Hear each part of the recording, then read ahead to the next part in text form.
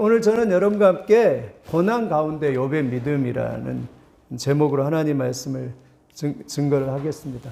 인생은요, 누구나 크고 작은 고난을 이렇게 만나게 됩니다.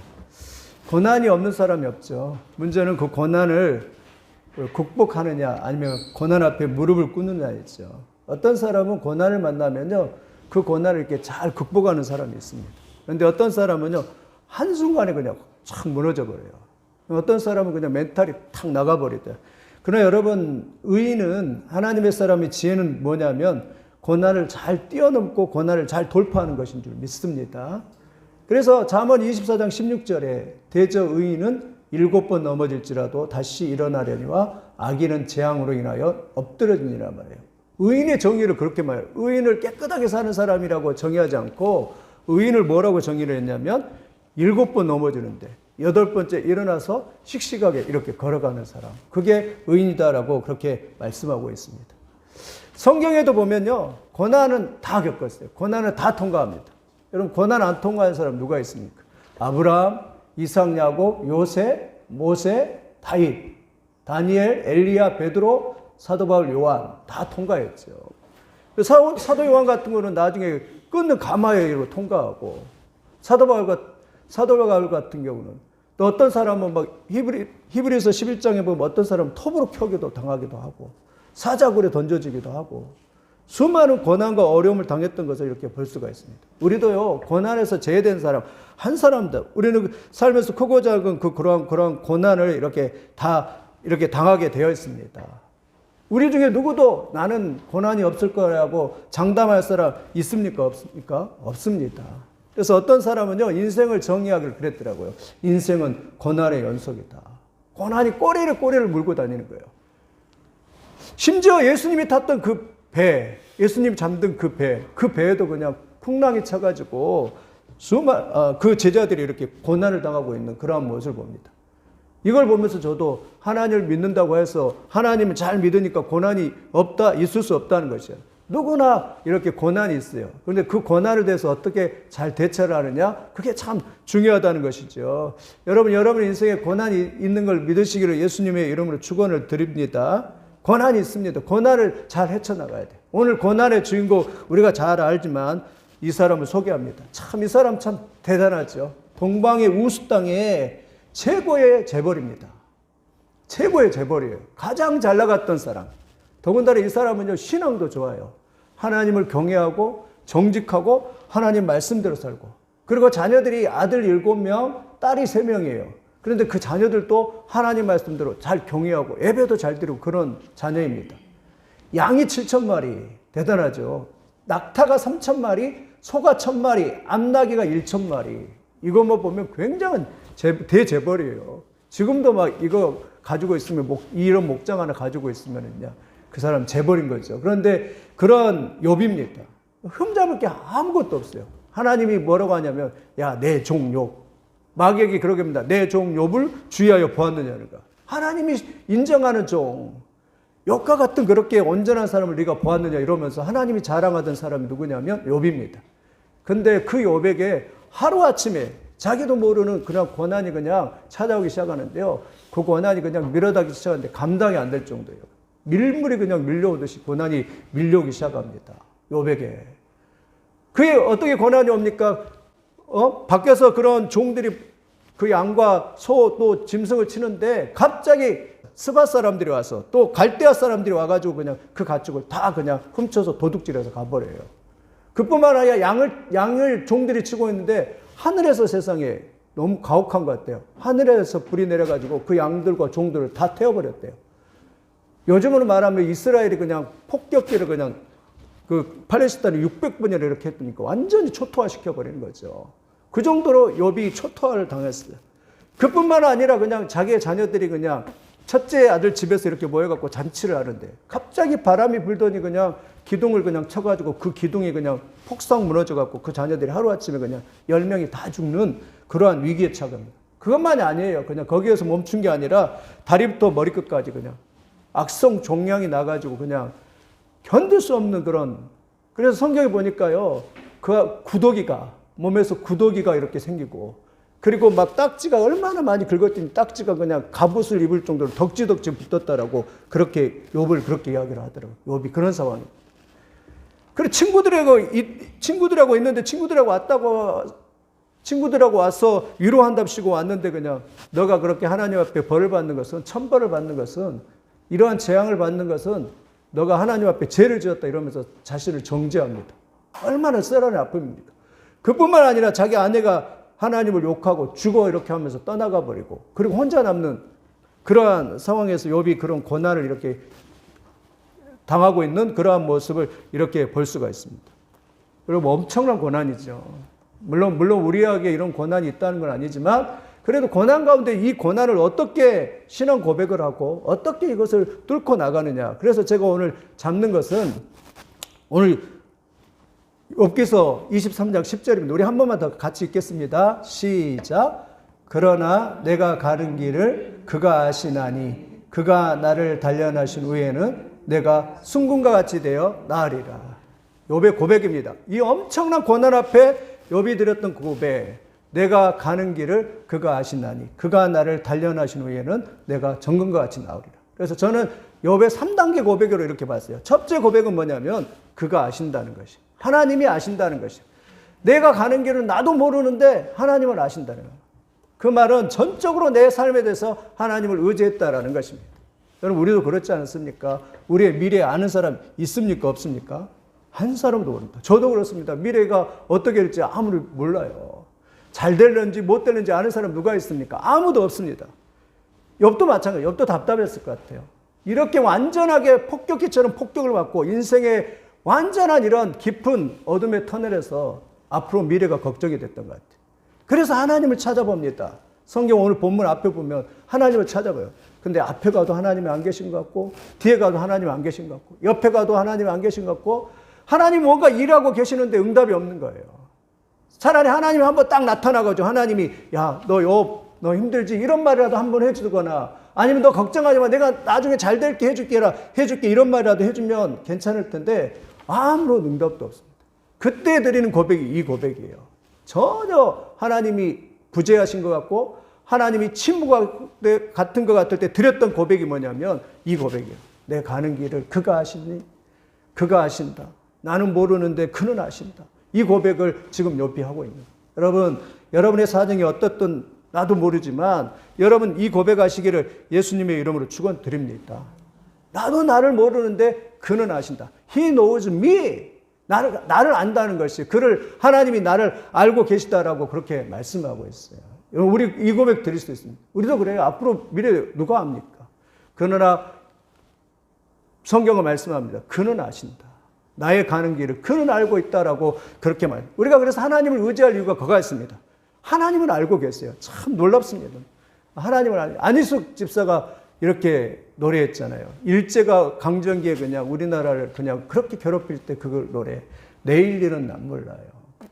우리 한번 노래를 한번 불러볼까요? 내일 일은 난 몰라요. 하루하루 살아요.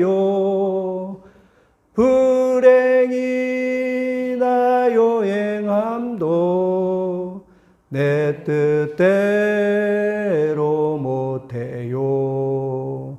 험한 이 길 가고 가도 끝은 없고 거네요. 주님의 수팔레미사 내 손 잡아 주소서. 내일 일은 난 몰라요. 장래일도 몰라요. 아버지여 날 붙드사 평탄한 길 주옵소서. 그 일제의 그 치하의 어두운 그때 이 노래를 부릅니다. 내일 일은 난 몰라요. 우리 중에 내일 일을 아는 사람 누가 있습니까? 그런데 욥은 그렇게 고백합니다. 내 가는 길을 그가 아시나. 그는 아신다. 나는 적어도 몰라도 그는 아신다. 이 말씀이 여러분에게 위로가 되기를 예수님의 이름으로 축원을 드립니다. 예, 그는 아셔요. 놀랍습니다. 나도 나를 잘 모르는데 그는 아신다고 말합니다. 다윗도 그런 고백합니다. 다윗도 우리 지난번에 봤지만 다윗도 그래요. 여호와여 주께서 나를 살펴보셨으므로 나를 아시나이다. 나의 앉고 일어섬을 알고 나의 생각을 알고 그리고 나의 모든 길과 내가 눕는 것을 살펴보셨으므로 나의 모든 행위를 아시고 내 혀의 말을 알지 못하는 것이 없습니다라고 다윗도 이렇게 고백하고 있어요. 참 놀랍지 않습니까? 장인이 자기를 죽일 때 생명의 위협 속에서 칠흑 같은 터널을 통과하는데 나도 모르는데 하나님은 나를 아신다라고 다윗이 이렇게 고백을 하고 있어요.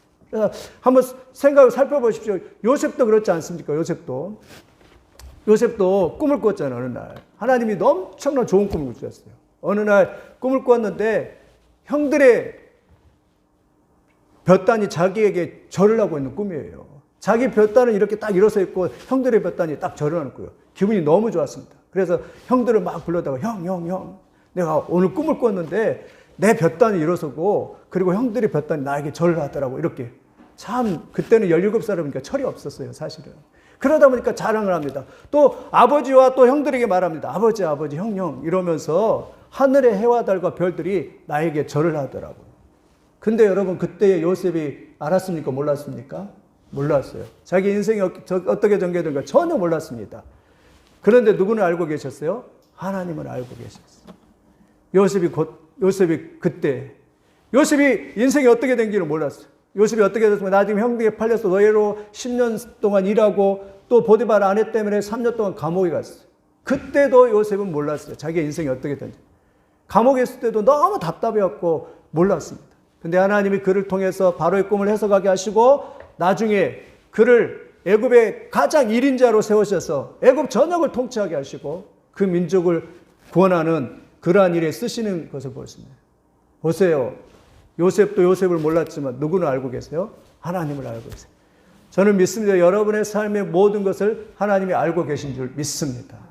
저도 하나님이 다 알고 계세요. 전능하신 하나님이 다 알고 계세요. 여러분 믿으시길 예수님의 이름을 축원드립니다. 욥이 그 고통 가운데 이길 수 있었던 것은 이 고백이에요. 내가 가는 길을 그가 아시나니. 너무 힘들고 때로는 하나님이 침묵하시고 답답하신 것 같은데 하나님이 아신다는 것이에요. 여러분 믿으시기를 예수님의 이름으로 축원드립니다. 하나님은 모르는 것이 하나도 없어요. 다 알고 계세요. 영어로 이제 He knows me. 하나님은 다 알고 계신다라고 그렇게 말씀하고 있습니다. 그 하나님을 믿으시기를 예수님의 이름으로 축원을 드립니다. 두 번째 고백은 거예요. 그가 나를 단련하신다는 고백이에요. 그냥 평탄하게 가면 얼마나 좋겠습니까? 그가 우리를 여기 단련이라는 단어는요. 용광로에서 금을 넣는 지난번에 1400도가 넘는 그 용광로에다가 금을 녹인다고 그랬잖아요. 그런데 그런 것처럼 고난이 그렇게 힘들게 여러분 하나님의 말씀대로 살려고 하면 성도가 또 하나님께서 더 그릇이 큰 사람일수록 고난이 더 깊은 줄 믿습니다. 왜 나한테 이렇게 고난이 이렇게 있을까?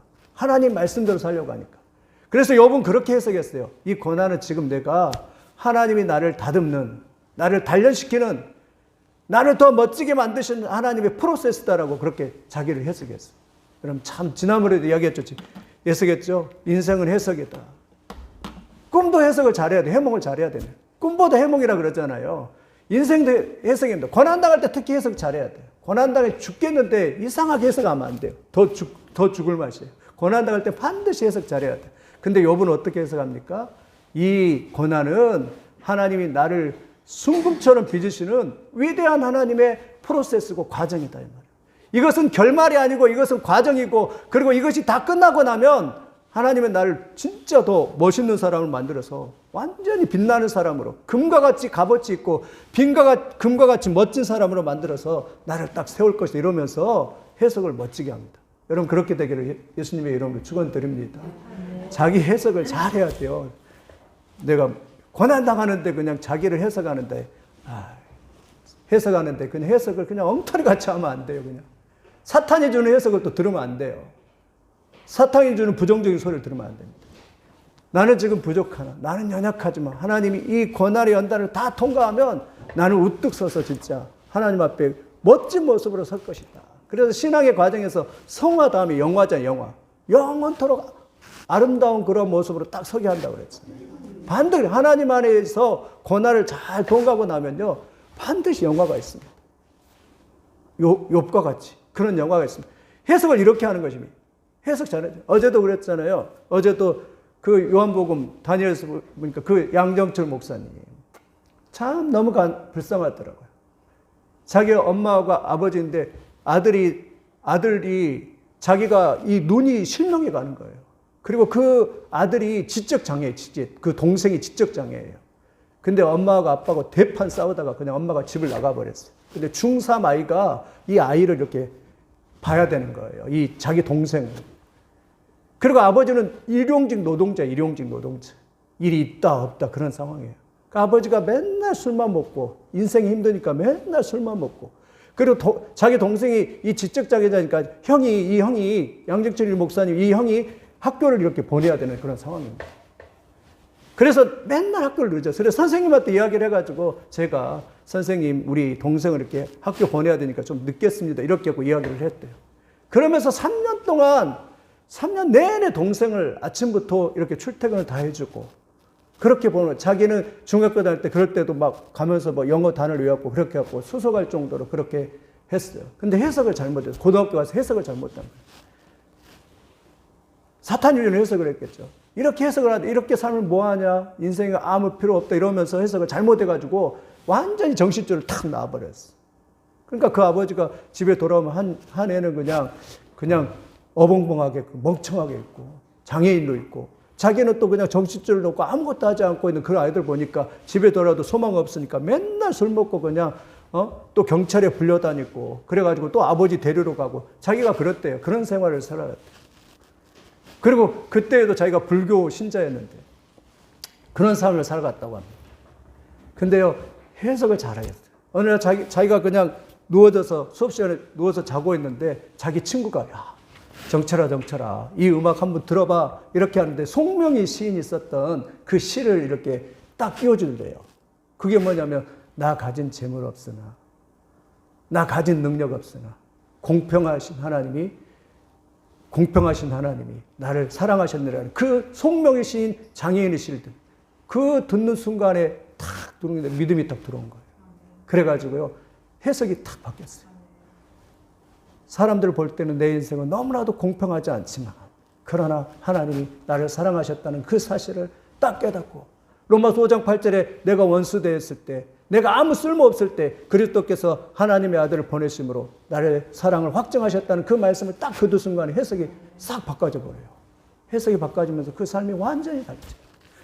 그리고 그 모든 고난을 다 극복하고 그리고 비전을 받고 그리고 농아인들을 이렇게 섬기는 그런 굉장히 진솔하고 한 40 중반 때 된 것 같은데 굉장히 진솔하더라고요. 결혼도요, 장애인 장모님을 둔 그리고 그 딸하고 결혼을 해가지고 지금 그 농아인을 이렇게 잘 이렇게 섬기는 겁니다. 여러분 해석이 참 중요합니다.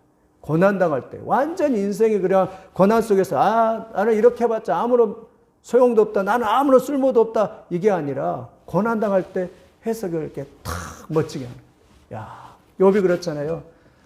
나의 가는 길을 그가 아시나니 그가 나를 단련하시니 나 지금 단련을 당하고 있는데 그거 딱 끝나면 내가 순금처럼 멋지게 하나님 앞에 딱 서게 될 것이다. 여러분 이런 해석의 역사가 있기를 예수님의 이름으로 축원을 드립니다. 인생은 해석이에요. 하나님이 우리에게 고난을 주니까 근데 엘리바스는 욥을 고난 해석을 이렇게 했어요. 욥한테 그런 거예요. 그 전에 22장 보니까 야 너가 그렇게 고난당하는 것은 너가 하나님과 화목하지 않아서 그렇다. 너가 하나님의 말씀을 마음에 두지 않아서 그렇다. 내가 전능자에게 돌아가지 않아서 그렇다. 내가 보아를 티끌로 여겨서 그렇다. 내가 겸손하지 않고 교만해서 그렇다라고 막 정죄를 하는 거예요. 엘리바스. 그렇게 해석하는 거예요.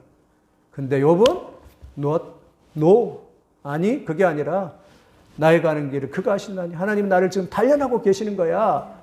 그래 나 이거 다 끝나면 나는 멋진 하나님의 사람을 살 거야 이러면서 그냥 탁 이렇게 해석을 딱 바꿔버리는 거예요.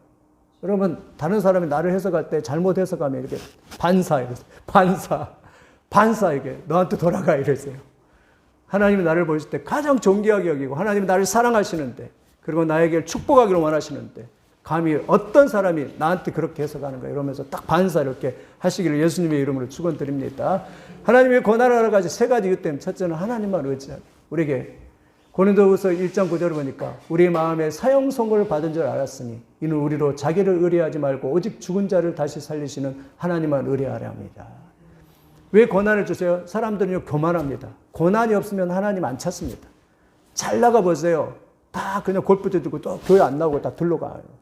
돈에 한 10억만 들려줘 보세요. 시험해 보세요. 교회 나올 사람 별로 없어요. 그만큼 교만해요. 그런데 우리에게 고난이 있는 것은 하나님만 전적으로 의지하는, 생명 되시는 하나님, 구원이 되시는 하나님만 의지하도록 사도 바울이 그렇게 깨달았어요. 사형 선고를 받을 만큼 너무 힘든 거예요. 그런데 그때 하나님의 성령의 음성이 들립니다. 뭐냐? 자기를 의지하지 말고. 사도 바울도 자기 의지할 거 많잖아요. 최고의 석학이고 대단한 능력자이고 자기 의지할 거 많잖아요. 그런데 자기를 의지하지 말고 죽은 자를 다시 살리시는 하나님을 의뢰함이라고 그때 딱 고난당할 때 깨닫는 거예요. 여러분 깨닫게 되기를 예수님의 이름으로 축원드립니다. 고난은 하나님 우리를 초청하시는 거예요. 야 힘들지 와라 초청하는 거예요. 두 번째 말씀을 깨닫게 합니다. 여러분 고난당하지 않으면 말씀 못 깨달아요. 말씀이 안 들리는 거예요. 고난이 없기 때문에. 하나님이 지금 초청하고 있는 것도 안 들리는 거예요. 고난이 없으면. 근데 고난당하면요 말씀이 너무 잘 들려요. 그럼 고난당할 때 말씀이 확성기처럼 들린다. 이해가 되시죠? 고난당하기 전에는 전혀 귀가 안 들려요. 띄어지가 않아요. 근데 고난당하고 나니까 그 음성이 명확하게 확성기처럼 크게 들리는 거예요. 그래서 고난이 축복이라 하잖아요. 시편 119편 71편에 고난당하는 것이 내게 유익이라. 이로 인하여 내가 주의 율례를 배우게 되었나이다. 할렐루야. 고난당하면서 주의 말씀을 깨달아져요. 아 이거였구나 이렇게 깨달아져요. 세 번째 고난은요 나를 다듬습니다. 나의 모난 성품, 나의 지랄 같은 그런 성품 있잖아요. 우리 다 그러잖아요. 다. 전에는 다 마음이 막 굳어지고 강팍하고 막 모나고 교만하고 막 그랬잖아요. 근데 지금은 여러분 다 보니까 다 천사 같아. 천사 같아.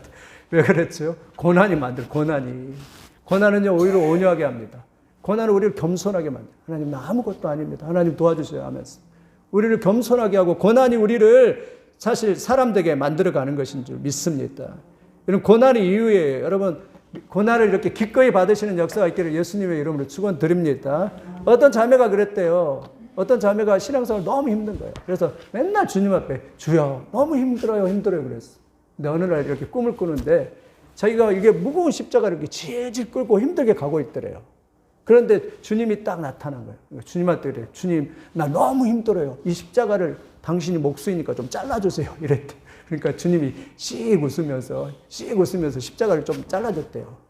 그리고 또 가다가 이 자매가 습관처럼 또 주님 너무 힘들어요 그랬대요. 그래서 주님이 또 잘라줬대요. 세 번인가 가서 이제 힘들다고 잘라줬대요. 그러니까 십자가가 이 손만하게 딱 들어왔대요. 손만하게. 근데요 그 앞에 요단강이 딱 나타났더래요. 요단강.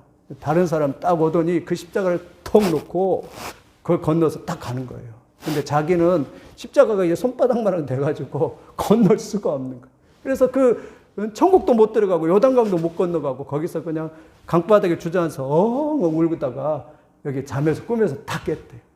그때 주님의 음성이 들대요. 누구든지 나를 따라오려거든 자기 십자가를 지고 나를 쫓을 것이나 그 음성이 들대요. 그러고 나서 아멘 하면서 다시는 주님 너무 힘들어요 안 했다라는 그런 이야기가 있는데 여러분 힘듭니다. 삶은.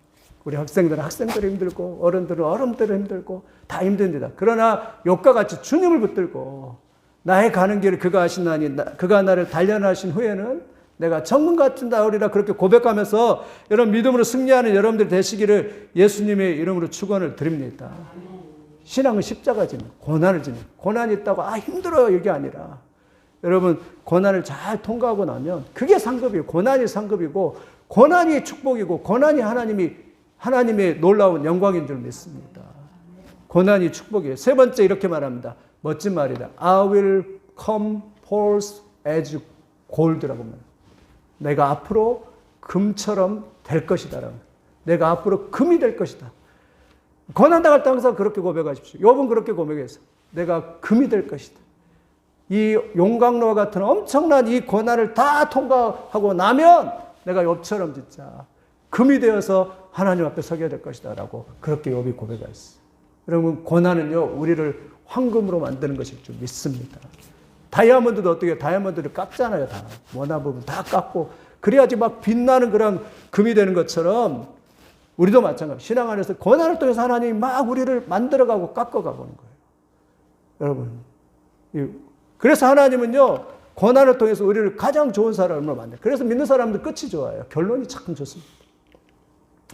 네, 여러분, 이 바쁠때기 그 아시죠? 이 개그맨. 김정식. 옛날에는 이분이 참 유명했어요. 이분이 그 어머니가 아주 좀, 어머니 사랑이 이 개그맨이 대단한 것 같아요. 어머니를 그렇게 사랑한 것 같아요. 근데 어머니 집에 너무 가난했고 먹을 것도 없고 어머니 효도하고 싶은데 아무것도 없는. 방송국 찾아가가지고 이제 시험이 있었는데 시험에 들어가는데 시험에 피드를 붙들고 그냥 바지가랑이 늘어져가지고 그냥 생명을 걸고 밥을 먹어야 살아야 되니까 좀 살려달라고 이러면서 자기 좀 해달라고 그렇게 해가지고 이렇게 됐습니다. 근데요, 이 사람이 그 당시에도 얼굴이 이렇게, 지금도 이렇게 얼굴이 잘생겼는데 그 당시에도 얼굴이 그냥 반반하고 이렇게 잘생겨갖고 하는데 너무 웃겼어요. 막 키도 작고 이래갖고 막 얘기 이렇게 나와가지고 이렇게 하는데 성공이 있어요. 20년 동안 그 엄마는 그런데 불교인입니다. 근데 자기 부인이 누구를 만났냐면 자기 부인이 서울대학교 다니는데 피아노학과에 다니는데 크리스찬을 만났어요. 그런데 날마다 그 부인이 이 목사님을 위해서 기도합니다. 그런데 얼마나 집안이 싸우겠어요. 날마다 그 어머니가 이 김정식 목사님 사모님을 붙들고 교회 다닌다고 막 머리카락에 붙들고 막 10년 동안 싸우셨어요. 그 정도로 영적 싸움이 심했던 그런 사람. 근데 나중에 승리했어요. 그 사모님이 승리하신 것 같아요. 그래가지고 이분이 지금 뭘 하냐면 장애인들을 돌보고 있는 사역을 하고요. 장애인들을. 근데요, 이 장애인들을 돌보는데 장애인들의 똥도 이렇게 치워주고 장애인들하고 같이 살아가는데 그렇게 행복하대요. 근데 하나님이 어떻게 훈련을 시키냐면 이 어머니가 나중에 치매에 걸렸는데 그 치매에 걸린 엄마를 그 당시에는 요양원이나 그런 시설이 없으니까 본인이 다 감당을 했대요. 아내는 미국에 가 있고 다 감당을 했대요. 감당하면서 근데 하나님께 놀랍게 자기를 바꿔놔버렸대요. 어머니가 막 똥도 바르시고 막 신발에다가 그냥 밥을 말아서 먹기도 하고 막 감당치 못할 그런 일들이 막 하시는 거예요. 그렇게 힘든 일을 하는 거예요. 근데요, 그러면서 이 목사님은 완전히 다 바꿔요. 지금은 똥도 냄새가 향긋하대요. 장애인들 똥도. 그만큼 이렇게 고난을 통해서 이렇게 다 바꿔놔서 지금은 그랬대. 그렇게 자기가 이 장애인이면 행복하더라. 지금 보니까 그 예용교회 보니까 그 아내가 피아노 치고 그 자녀가 미국에서 공부하다가 와서 또 같이 협력 사업을 하고 이렇게 하면서 이렇게 아름답게 지금 사역하고 또 간증도 이렇게 많이 하고 이렇게 돌아가던데 한번 심심하실 때 한번 이렇게 그 유튜브에서 한번 들어보십시오. 여러분, 고난은요, 우리를 금처럼 만들어가게 할 줄 믿습니다. 우리가 고난 때문에 황금이 되어가고 고난 때문에 우리가 변하게 된 줄 믿습니다. 놀랍습니다. 이렇게. 목회자를 이렇게 부르심을 20년 동안 연예계에서 받아보지 못한 상은 아무것도 없는데 최고의 상을 받았고 대단한 사람인데 하나님은 이 사람은 고난을 통해서 목회자로 만들어서 장애를 섬기는 하나님의 사람으로 만들어가요. 그런데 이 고백이 뭐냐면 나는 가장 행복하다. 그들을 섬기면서 그렇게 변해가고 있는 그러한 모습을 봅니다. 여러분, 고난을 여러분 걷어내지 않기를 예수님의 이름으로 축원드립니다. 우리 그러잖아요. 우리 유명한 이 이야기 알잖아요. 어느 날 카프만 부인이 이 누에고치를 이렇게 관찰하고 있는 거예요. 누에고치를 관찰하면서 근데요, 인정이 많았는 것 같아요. 사랑이 많았는데 누에고치가 힘들게 그 나비가 되는 그 과정을 보면서 힘들게 막 그것을 막 그 집을 막 삐집어 막 구멍을 뚫어갖고 나오면서 그렇게 나비가 되는 그런 장면을 보고 너무 안쓰러운 거예요. 그래서 속으로 생각할 때 이거를 딱 잘라주면 이게 쉽게 나오겠다라고 이렇게 생각을 한 거예요. 이 카프만 부인이. 그래가지고요, 뇌가 힘들게 나오란 그 입구를 이렇게 딱 잘라줬습니다. 그러니까 이 뇌고치의 그 나비가 쉽게 진짜 나오더래요. 근데 문제는 쉽게 나왔는데 그 나비가 날지를 못한 거예요. 쉽게 나왔는데 그냥 날다가 삐그덕하고 그냥 찌그러지고 그러는 거예요. 그러니까 그때서야 이 카프만 부인이 깨달았다고 합니다. 아, 나비는 이 뇌고치를 나오면서 막 한가님을 쓰면서 그렇게 막 발버둥 치면서 나오려고 하면서 이 날개에 힘을 얻고 그러면서 근육을 얻어서 나비가 이렇게 날개짓을 해서 하늘을 나는구나 이걸 깨달았대요. 저는 고난이 그렇다고 생각합니다. 우리가 고난당할 때 막 어떻게든지 주님의 말씀대로 살아보려고 그렇게 발버둥 치는 가운데 그 고난을 극복하는 역사가 있는 줄 믿습니다. 그러면서 점점 변해가요. 그러면서 막 하나님의 사람으로 이렇게 더 변해갑니다. 우리 그러한 역사가 있기를 예수님의 이름으로 축원드립니다. 성경은 고난에 대해서 이렇게 말합니다. 무릇 그리스도 예수 안에서 경건하게 살고자 하는 자는 뭘 받으리라고요? 핍박을 받으리라. 우리가 그와 함께 영광을 받기 위하여 고난도 함께 받아야 될 것입니다. 우리 고난은 필수라고 그랬죠. 자기가 시험을 받아 고난을 당하였은즉 시험 받은 자들을 능히 도우시니라. 예수님은 시험을 받아 고난을 당했기 때문에 능히 도우신다라고 말합니다. 로마서 8장 18절 생각건대 현재의 고난은 장차 우리에게 나타날 영광과 비교할 수 없도다. 아멘. 현재의 고난은 장차 나타날 영광과 비교할 수 없습니다. 세상에서 너희가 환난을 당하나 담대하라 내가 세상을 이겼노라 하시니라라고 그렇게 말씀을 하고 있습니다. 여러분 고난을 잘 통과해서 순금같이 다이아몬드가 다 되시기를 예수님의 이름으로 축원을 드립니다. 근데 욥이 이렇게 고백으로 끝났냐? 아니에요. 성경 그 다음부터 보면은요, 세 가지 삶을 살습니다. 11절 한번 같이 보겠습니다. 11절 같이, 23장 11절입니다. 같이 읽겠습니다. 시작. 내 발이 그의 걸음을 바로 따랐으며 내가 그의 길을 지켜 치우치지 아니하고 하였고. 요번 고백만이 아니라 그 삶을요, 정도를 걸었다는 거예요. 여기 11절 이렇게 말하죠. 내 발이 그의 걸음을 바로 따랐습니다. 욥은 이렇게 신앙 고백하면서 정도를 걸어서 하나님의 말씀을 지키며 살아갔습니다. 두 번째는 12절입니다. 같이 읽습니다. 시작. 내가 그의 입술의 명령을 어기지 아니하고 정한 음식보다 그의 입의 말씀을 귀히 여겼도다. 뭐요? 하나님의 말씀을 어기지 않고 정한 음식보다 하나님의 입술의 말씀을 귀히 여겼다 말합니다. 다시 말하면 하나님의 말씀을 귀히 여기고 순종했다라고 말합니다. 셋째 15절 이렇게 말합니다. 그러므로 내가 그 앞에서 떨며 지각을 얻어 그를 두려워하리로다. 다시 말하면 하나님을 경외하는 삶을 살았다라고 말합니다. 여러분 요즘에 하나님을 경외하는 자가 많지 않지 않습니까? 요즘 시대가 하나님을 두려워하고, 여기 두려워하다는 말은 나쁜 의미의 두려움이 아니라 무서워하는 게 아니라 하나님을 존귀해서 존경하여서 경외하고 두려워 떠는 걸 이렇게 의미하죠. 그렇게 욥이 그렇게 하나님을 두려워하면서, 욥은 늘 그랬어요. 자녀들이 혹시나 이렇게 생일잔치 하다가 죄를 지을까 봐 끝나고 나면 항상 번제를 드리면서 하나님 우리의 자녀들의 죄를 용서해 주면서 항상 번제를 드렸던 사람이, 하나님을 경외했던 사람이 욥입니다. 이렇게 하나님을 경외했어요. 욥이 그렇게 고백뿐만 아니라 이후의 삶을 그렇게 살아가는 것을 이렇게 볼 수가 있습니다. 말씀을 전개하면 오늘 3단계 이 고백, 오늘 말씀을 암송 다 하셨죠? 다 아시죠? 내가 가는 길을 그가 아시나니 그가 나를 단련하신 후에는 내가 순금같이 나오리라. 그래서 3단계 고백입니다. 그가 아신다. 그가 나를 단련하신다. 그리고 내가 금같이 될 것이다. 엄청난 고백.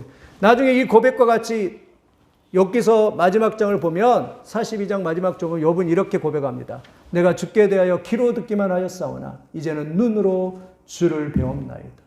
봤다 이겁니다. 다. 주님을 경험했다는 것이. 내가 이제 고백으로 끝나는 삶이 아니라 나는 철저하게 하나님을 실제적으로 경험하는 실증적인 그런 하나님의 사람이 되었다라고 그렇게 말합니다. 욥기서 42장 10절을 말합니다. 여호와께서 욥에게 이전의 모든 소유보다 어떻게 해요? 갑절이나 주신지라. 하나님은 욥에게요, 이제 그 고난 다 통과할 때요, 모든 걸, 그 소유도 갑절, 자녀들도 갑절, 그리고 아내도 주시고, 그리고 140년 동안 회로를 누리면서 살아갔다라고 그렇게 하나님이 축복하셨다라고 그렇게 말씀합니다. 여러분 오늘 이 세 가지 고백처럼 이 고백을 하시기를 예수님의 이름으로 축원드립니다. 한번 따라합니다. 그가 아신다. 그가 나를 단련하신다. 내가 금이 될 것이다. 아멘이십니까? 하나님 반드시 우리를 아름답게 만드실 줄 믿습니다. 기도하겠습니다. 하나님 감사합니다. 우리가 이 땅에 살아간다고 고난이 있어도 하나님 그분은 아실 줄 믿습니다. 나도 모르지만 그러나 그분은 우리의 모든 걸 다 아십니다. 하나님 또한 우리를 단련하실 줄 믿습니다. 고난 가운데 있다 할지라도 단련되고 다듬어지고 아름답게 금천을 하나님 옆에 세워질 것을 믿습니다. 한 주간도 늘 이 고백을 하면서 나의 가는 길을 그가 아시나니 그가 나를 단련하시는 내가